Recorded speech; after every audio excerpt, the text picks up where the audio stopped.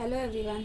पिछले वीडियो में हम लोग एक्सरसाइज 1.2 का क्वेश्चन नंबर 4 तक देख चुके थे। ठीक है, मैं आपको सरल तरीका से बनाने का जो है मैं तरीका बता दी थी आपको, और सरल तरीका से बना करके भी आपको दिखाई थी। ठीक है, आप लोग घर पे प्रैक्टिस ज़रूर करें और वीडियो को ज़्यादा से ज़्यादा शेयर करें।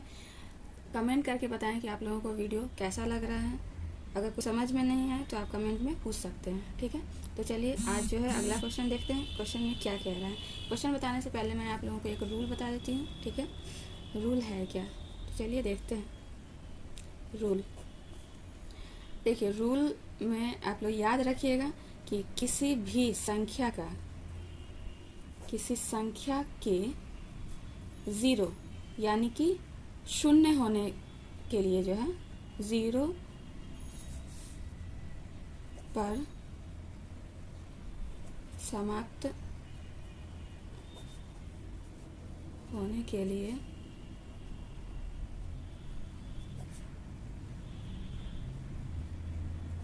उसके अभाज्य गुणनखंड में कम से कम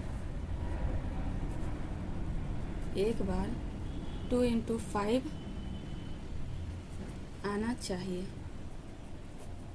देखिए, किसी संख्या के ज़ीरो पर समाप्त होने के लिए उसके अभाज्य गुणनखंड में कम से कम एक बार 2 into 5 आना चाहिए। यानी कि जब हम लोग किसी संख्या का जो अभाज्य गुणनखंड निकालते हैं तो उसके जो है गुणनखंड में 2 गुने 5 का होना ज़रूरी है, तभी वो जो है ज़ीरो पे समाप्त होगा, नहीं तो वो ज़ीरो पे समाप्त कभी भी नहीं हो सकता है। ठीक है, तो चलिए क्वेश्चन स्टार्ट करते हैं। क्वेश्चन में क्या दिया हुआ है, व्याख्या कीजिए किस जो है नहीं, ये क्वेश्चन नंबर 6 है। क्वेश्चन नंबर 5 में दिया हुआ है, जांच कीजिए क्या किसी प्राकृत संख्या n के लिए संख्या 6 पर पावर n अंक जो है 0 पर समाप्त हो सकती है। ठीक है, तो 6 के लिए पूछ रहा है, तो चलिए हम लोग स्टार्ट करते हैं। ये क्या है, ये क्वेश्चन नंबर 5 है, 6 के लिए पूछ रहा है। तो इसका सबसे पहले तो हम लोग अभाज्य गुणनखंड करके देखते हैं कि ये आता है कि नहीं। 2 into 5 के रूप में ये क्या हो जाएगा, 2 into 3, 3 1 जा 3। अतः इसका जो है अभाज्य गुणनखंड क्या निकल गया, अभाज्य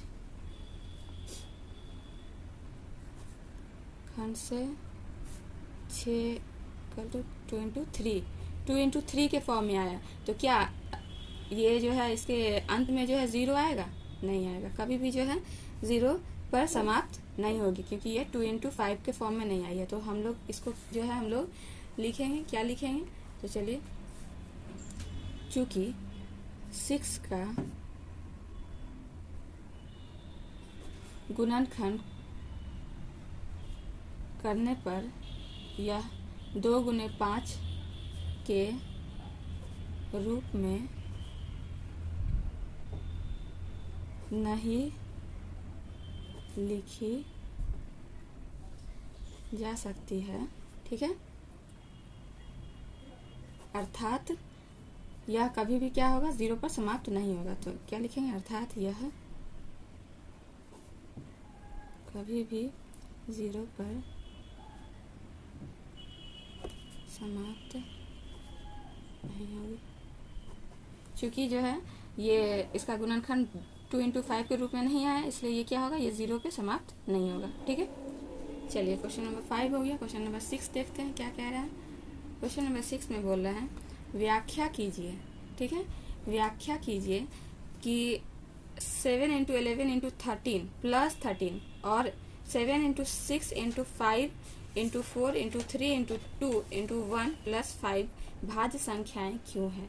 ये भाज्य संख्याएं हैं, ये तो दे ही रहा है, ये क्यों है ये पूछ रहा है। ठीक है, तो हम लोग जो है पिछले वीडियो में हम लोग देखे थे कि भाज्य संख्या का जो है वो गुणनखंड 2 से ज़्यादा होता है, और अभाज्य संख्या का गुणनखंड जो है वो क्या होता है, 2 होता है। ठीक है, तो हम लोग उसी पर देखेंगे।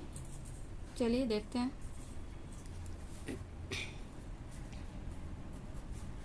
क्या दिया हुआ है, 7 into 11 into 13 प्लस 13, और क्या दिया हुआ है, 7 into 6 into 5 into 4 into 3 into 2 into 1 plus 5।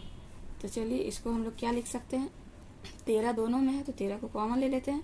ठीक है, 7 गुने 11, 13 तो कॉमन आ ही गया, प्लस यहाँ से भी 13 कॉमन हो यानी कि 1 हो गया। ठीक है, ये हो जाएगा 11 7 77 प्लस 1 यानी कि 13 इंटू 78। इसको अगर 1 से मल्टीप्लाई करते हैं तो इसका जो है गुना में कोई भी जो है आपका परिवर्तन नहीं आएगा। ठीक है, और जब हम लोग गुणनखंड किसी का निकालते हैं तो लास्ट में 1 बचता है। ठीक है, तो वही 1 यहाँ पे हम लोग जो है लिख सकते हैं। इसको देखते हैं, ये इसमें जो है इसमें भी 5 है, इसमें भी 5 है, यानी कि हम लोग इससे 5 कॉमन ले सकते हैं। तो ये आपका बच जाएगा 6 इंटू 5 तो कॉमन ले ही लिए हैं, 4 इंटू 3 इंटू 2 1 ज़ा 2 तो 2 इसको डायरेक्ट लिख सकते हैं। और प्लस में 5 कॉमन लिए तो यहाँ पे 1 आ गया। ठीक है, अब इसको लिख सकते हैं 7 6 42 और 4 3 12। 42 को 4 3 12 तो ना 24 से गुना करके प्लस 1 करेंगे तो ये आपका हो जाएगा। इसको जब गुना कीजिएगा तो ये आपका 1008 आएगा प्लस 1 ये हो जाएगा आपका 1009 और इसको भी 1 मल्टीप्लाई कर सकते हैं। ठीक है, तो देखिए इसमें भी 2 से ज़्यादा गुणनखंड आया और इसमें भी 2 से ज़्यादा गुणनखंड आया है। ठीक है, तो ये दोनों ही ठीक है, अतः इसको हम लोग क्या लिख सकते हैं, अतः इनके, क्योंकि दोनों हैं तो इनके 2 से ज़्यादा गुणनखंड हैं।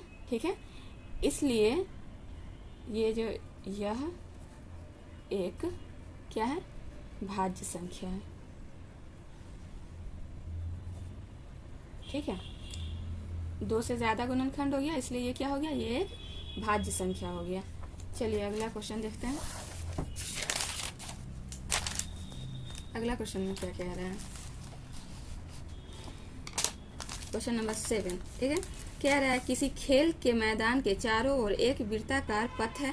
इस मैदान का एक चक्कर लगाने में सोनिया को 18 मिनट लगता है, जबकि उसी मैदान का एक चक्कर लगाने में रवि को 12 मिनट लगते हैं। मान लीजिए वे दोनों एक ही स्थान और एक ही समय पर चलना प्रारंभ करके एक ही दिशा में चलते हैं। कितने समय बाद पुनः वो प्रारंभिक स्थान पर मिलेंगे। तो देखिए एक मैदान है, ये क्वेश्चन नंबर 7। ठीक है, एक मैदान है, ये मान लीजिए ये एक मैदान है, वृत्ताकार मैदान कह रहा है तो वृत्ताकार हम लोग ले लेते हैं।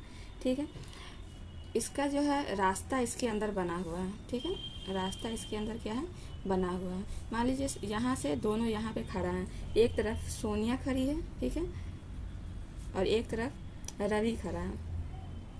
अब क्या बोला है, दोनों यहाँ से ही एक ही दिशा में यानी कि इसी दिशा में दौड़ेगा।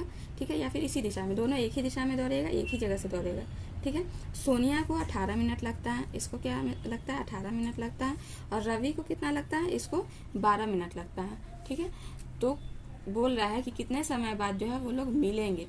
कहने का मतलब कि मिलेंगे, अगर ये दौड़ना स्टार्ट करें, ये जितना बार चक्कर लगाएंगे ये कहीं ना कहीं तो मिलते ही रहेंगे।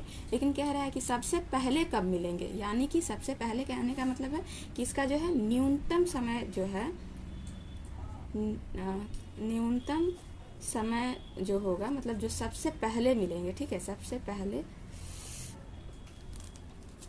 मिलने का समय, सबसे पहले क्या है, मिलने का समय। तो जब न्यूनतम निकालना होता है तो हम लोग जानते हैं कि एलसीएम निकालेंगे। ठीक है, तो एलसीएम किसका किसका निकालना पड़ेगा, दोनों के समय का। 18 और 12 दिया हुआ है तो इसका एलसीएम निकालते हैं तो ये क्या हो जाएगा, 9 3 3 12 का एलसीएम निकालते हैं तो ये क्या हो जाएगा, 2 6 12 2 6 3 3। ठीक है, एलसीएम निकालने के बाद जो है हम लोग इसको क्या लिख सकते हैं, 18 को हम लोग लिख सकते हैं 2 पे पावर 1 गुने 3 पे पावर 2, क्या कि 2 बार है 3। ठीक है, और ये 12 को हम लोग क्या लिख सकते हैं, 2 पे पावर 2। ठीक है, कि 2 बार 2 है और इंटू 3 करेंगे। ऐसा क्यों करेंगे, क्योंकि हम लोग जो है जब भी इस तरह का जो है पावर लिखते हैं तो एलसीएम में हम लोग जो है जो अधिकतम घात होता है उसको लेते हैं। यानी कि दोनों का एलसीएम जो हो जाएगा, एलसीएम इक्वल टू ये हो जाएगा 3 पे पावर 2 इंटू 2 पे पावर 2। ठीक है, 3 3 ज़ा 9 2 2 ज़ा 4 यानी कि ये 36 आए। हम लोग इसको एक साथ भी कर सकते हैं, एक साथ भी करके देखिएगा तो वही आएगा, वही रिजल्ट आएगा, 2 3 3 और 2 आ जाएगा। ठीक है, तो ये जो 36 मिनट बाद जो है ये आपका समय निकल गया। यानी कि वो लोग जब एक बार, पहली बार जब वो लोग मिलेंगे तो वो लोग 36 मिनट बाद एक दूसरे से मिलेंगे। ठीक है, ये आपका आंसर हो गया।